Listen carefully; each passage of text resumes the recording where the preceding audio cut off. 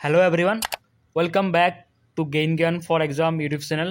আজিৰ ভিডিঅ'ত মই তোমালোকক এখন পেপাৰ কৰাম ইংলিছৰ হ'ব তাত মই MCQs লগতে ডেসক্ৰিপটিভ দুয়োটা পাৰ্টে ডিসকাস কৰিছো তোমালোকে পোনপ্ৰথমে MCQs বিলাক নিজে প্ৰেক্টিস কৰিবলৈ ট্ৰাই কৰিবা আৰু তোমালোকৰ কিমানটা শুদ্ধ হয় মোক কমেন্টত জনাবলৈ নাপাহৰিবা আৰু লগতে যদি তোমালোকে ভিডিঅ'টো ভাল লাগে দেন তোমালোকে ভিডিঅ'টো লাইক কৰিবা আৰু লগৰৰ লগত শেয়াৰ কৰিবলৈ নাপাহৰিবা তেন্তে বলা আমি ভিডিঅ'টো আৰম্ভ কৰো সেকশন এ হৈছে MCQ আৰু ইয়াৰ প্ৰথমটো কোৱেশ্চন হৈছে choose the correct option for the following question number 1 পৰা কোৱেশ্চন নম্বৰ 45 লৈ আছিল তোমালোকে চাই লবা এইটো হৈছে পাৰ্ট 1 হ'ব প্ৰথমটো question what is the centre of theatre world hint দিয়া আছে ফুটপ্ৰিন্টস উইদাউট ফিট এইবাৰ যেনেকৈ কোৱেশ্চন প্যাটাৰ্ন আহিছিল মেট্ৰিকত সেই সেম প্যাটাৰ্নত কোৱেশ্চনছ বিলাক ডিজাইন কৰা হৈছে তো তোমালোকে চাই লোৱা বহুত বেছি ইম্পৰ্টেন্ট হয় কোৱেশ্চনছ খিনি What is the center of theater world?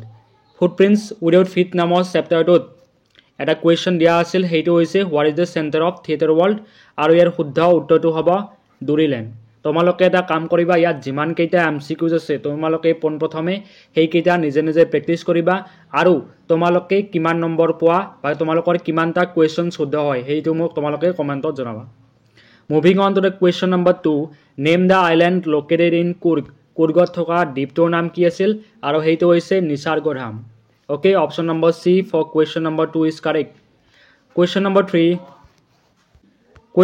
3 is from the poem Amanda's mother asked her to Amandaৰ মাকে তাইক কি কৰিবলৈ কয় অপচন বিলাকৰ ভিতৰত শুদ্ধ অপচন কোনটো হ'ব তোমালোকে ভালদৰে চাই লোৱা এইটো হৈছে option number B is correct sit up straight okay ভালদৰে তাইক পোন বা ষ্ট্ৰেইট হৈ বহিবলৈ কয় And question number 4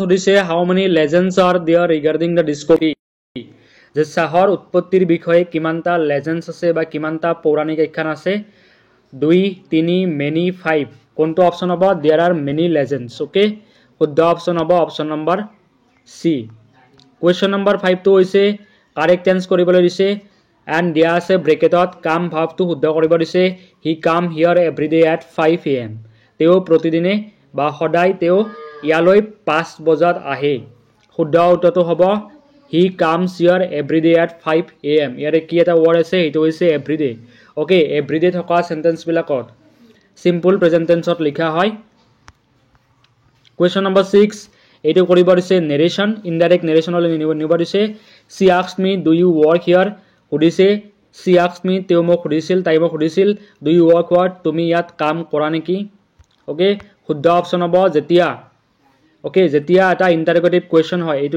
কি হ'ব ইন্টাৰগেটিভ কোৱেশ্চন হয় ইন্টাৰগেটিভ কোৱেশ্চনটো যদি আমি ইনডাইৰেক্ট নেৰেশন কৰিব লগা হয় তেতিয়ালে আমি আনিব লাগে if I worked here okay এইটো হৈছে তোমালোকৰ চোৱা সিম্পল প্ৰেজেন্ট টেন্সৰ বাক্য আৰু এই সিম্পল প্ৰেজেন্ট টেন্সৰ বাক্য যেহেতু ইয়াতে কি আছে asked asked আছে তো হে কি হ'ব এইটো চেঞ্জ হ'ব আৰু চেঞ্জ হৈ সিম্পল পাষ্টলৈ পৰিৱৰ্তন হ'ব তো option number D is correct Next question to hoise with which animal has Max been compared okay Max কাৰ লগত বা কোনটো জন্তুৰ লগত তুলনা কৰা হৈছে তোমালোকক মই কোৱেশ্চনটো অলৰেডি কৰাইছো তো তোমালোকে আনসাৰটো কৰিবলৈ ট্ৰাই কৰা শুদ্ধ উত্তৰ হ'ব option number C that is why এইটো হৈছে ফক্স okay Max এটা ফক্সৰ লগত বা হিয়ালৰ লগত তুলনা কৰা হৈছে okay he has spent dash money he had fill the blanks with appropriate determiners from the following the তলত দিয়া ডিটাৰমিনাৰ্স বিলাকৰ পৰা তোমালোকে খালি ঠাইত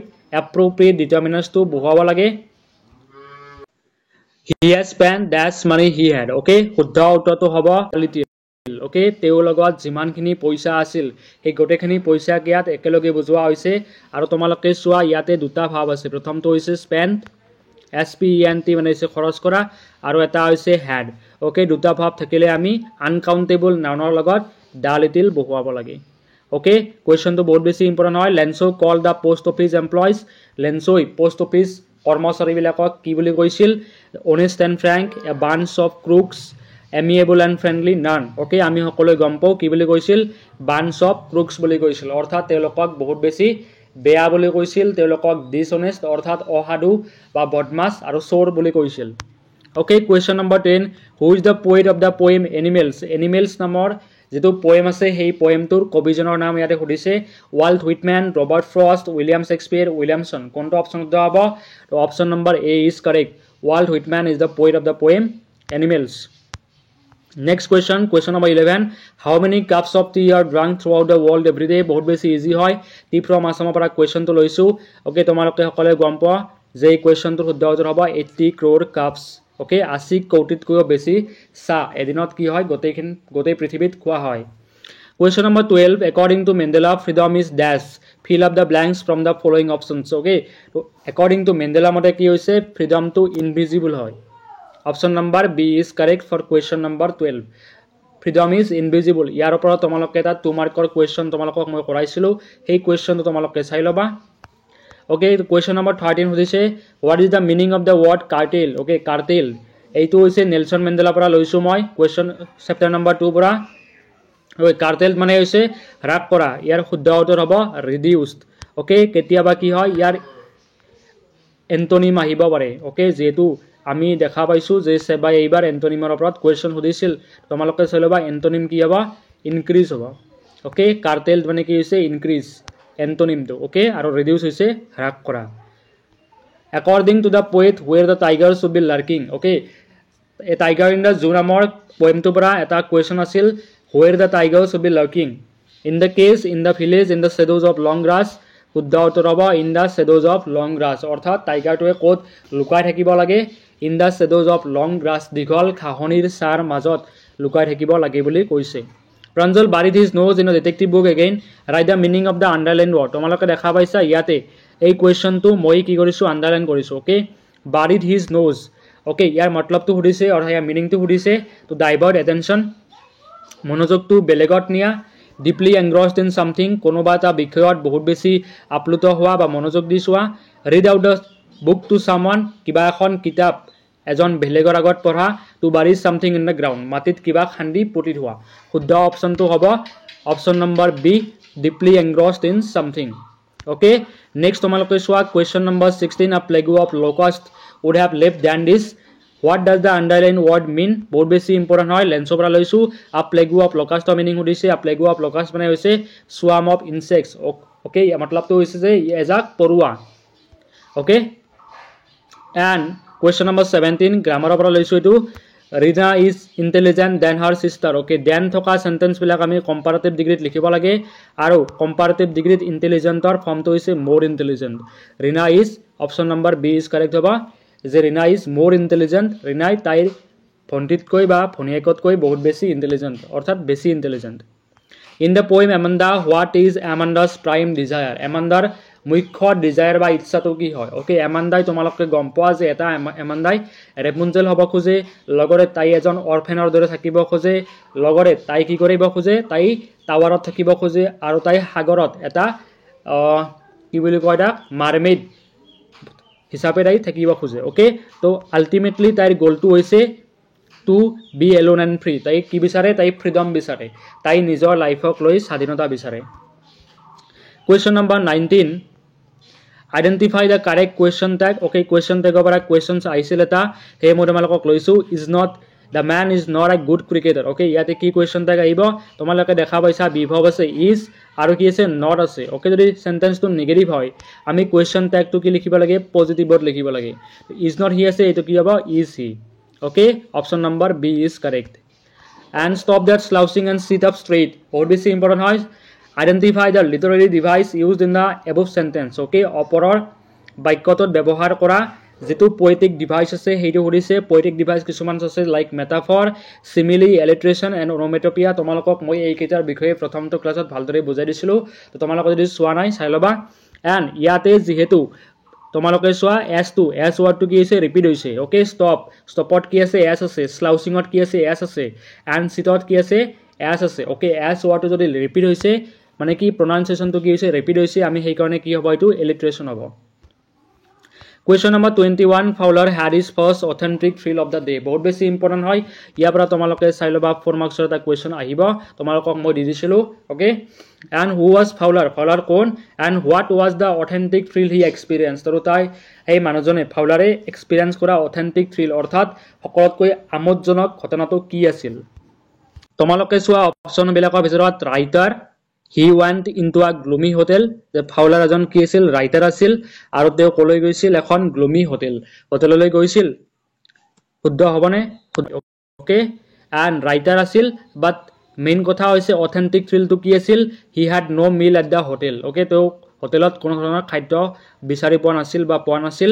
নহয়, এইটো নহয়। He was held at gunpoint by Asbel and he was held at gunpoint by Max. Okay, option number A আৰু বি একদম ৰং হয়। এতিয়া আমি চাম অপশ্যন নম্বৰ চি আৰু অপশ্যন নম্বৰ ডি। ওকে, এই দুটাটো শুদ্ধ হয় যে ফাউলাৰ এজন কি আছিল, ৰাইটাৰ আছিল। বাট ফাউলাৰক কোনে বন্দুক দেখুৱাইছিল, আছাবলে দেখুৱাইছিল নে মেক্সে দেখুৱাইছিল? শুদ্ধ উত্তৰ হ'ব মেক্সে দেখুৱাইছিল। ওকে, যেতিয়া ফাউলাৰে আছবলৰ সৈতে ৰুমৰ এণ্টাৰ কৰিলে তেওঁলোকে দেখা পাইছে যে এজন ব্যক্তিয়ে তেওঁলোকৰ পিনে এটা বন্দুক লৈ থিয় হৈ আছে, আৰু সেইটোৱে আছিল আছবেলে আৰু ফাউলাৰে এক্সপিৰিয়েঞ্চ কৰা first authentic thrill of the day. And section বিত তোমালোকে চোৱা কেইটামান মই 2 মাৰ্কছৰ কুৱেশ্যন তোমালোকক চইচ কৰি দিছোঁ, আৰু এইবিলাকৰ আনচাৰ তোমালোকক মই অলৰেডি দিয়া আছে। বহুত বেছি ইম্পৰ্টেণ্ট। তোমালোকে যদি চাইছা তেতিয়াহ'লে বেষ্ট অফ লাক, তোমালোকৰ বহুত বেছি ভাল হ'ব এক্সাম। আৰু তোমালোকে যদি চোৱা নাই তেতিয়াহ'লে তোমালোকে চাই ল'বা। কুৱেশ্যন নম্বৰ 46 তোমালোকে চোৱা, give a brief description of the Indian legend described in tea from Assam. Tea from আছামত কেইটা লেজেণ্ড আছিল? 2টা লেজেণ্ড আছিল। প্ৰথমটো আছিল চাইনিজ লেজেণ্ড আৰু এটা আছিল ইণ্ডিয়ান লেজেণ্ড। ইণ্ডিয়ান লেজেণ্ডত কাৰ কথা কৈছিল? বৌদ্ধ ধৰ্মৰ কথা কৈছিল। তো তোমাক সুধিব পাৰে যে বৌদ্ধ ধৰ্ম কোন আছিল? বৌদ্ধ ধৰ্ম আছিল এজন প্ৰাচীন ঋষিমুনি বা an old ancient ascetic. Okay, monk, বা তোমালোকে ক'বা যে বৌদ্ধ ধৰ্ম হৈছে এজন মংক।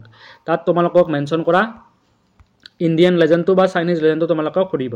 তোমালোকে এইখিনি বস্তু ভালদৰে চাই ল'বা, দিয়া আছে। এণ্ড তোমালোকে চোৱা ইয়াতে, I knew that the oppressor must be liberated just as surely as oppressed. Why does Mandela say so' in long walk to freedom. এই কুৱেশ্যনটো এইবাৰ আহিছিল মেট্ৰিকত, HSLC 2025ত মেট্ৰিকত আহিছিল। তো মই ভাবোঁ যে কুৱেশ্যনটো ইম্পৰ্টেণ্ট হয়। মেণ্ডেলাৰ পৰা আহিব পৰা গোটেইকেইটা কুৱেশ্যনছ তোমালোকক মই ডিছকাছ কৰাইছোঁ। পিছত তোমালোকে নক'বা যে কুৱেশ্যনছবিলাক নাহিল। অ'কে, অবভিয়াছলি তাৰ পৰা আহিব, তোমালোকে পৰীক্ষা দি উঠি তোমালোকে নিশ্চয়কৈ জানিবা। এণ্ড তোমালোকে চোৱা 48 নং কুৱেশ্যনটো, these are not rain drops falling from the sky, they are new coins, the big drops are 10 cent pieces and the little ones are 5। Why does Lenso compare the raindrops with new coins? লেন্সই কিয় ৰেইনড্ৰপছবিলাকক new কইনছৰ লগত তুলনা কৰিছিল? Because লেন্সই গম পাইছিল যে যদি বৰষুণ দিয়ে তেতিয়াহ'লে মোৰ খেতিখিনি ভাল হ'ব, আৰু খেতিখিনি ভাল হ'লে কি হ'ব, মই সেইখিনি বিক্ৰী কৰিম বজাৰত, আৰু তাৰ পৰা মই কি লাভ কৰিম? পইচা লাভ কৰিম, আৰু ইয়াৰ পৰা মই নিজৰ পৰিয়ালটো চলাব পাৰিম। অ'কে, তো তোমালোকে এই ধৰণে লিখিব লাগিব। মই অলৰেডি তোমালোকক দি দিছিলোঁ। What are the names of the pages of Belinda. বেলিণ্ডাৰ কেইটা আছিল? 4টা পেজ আছিল।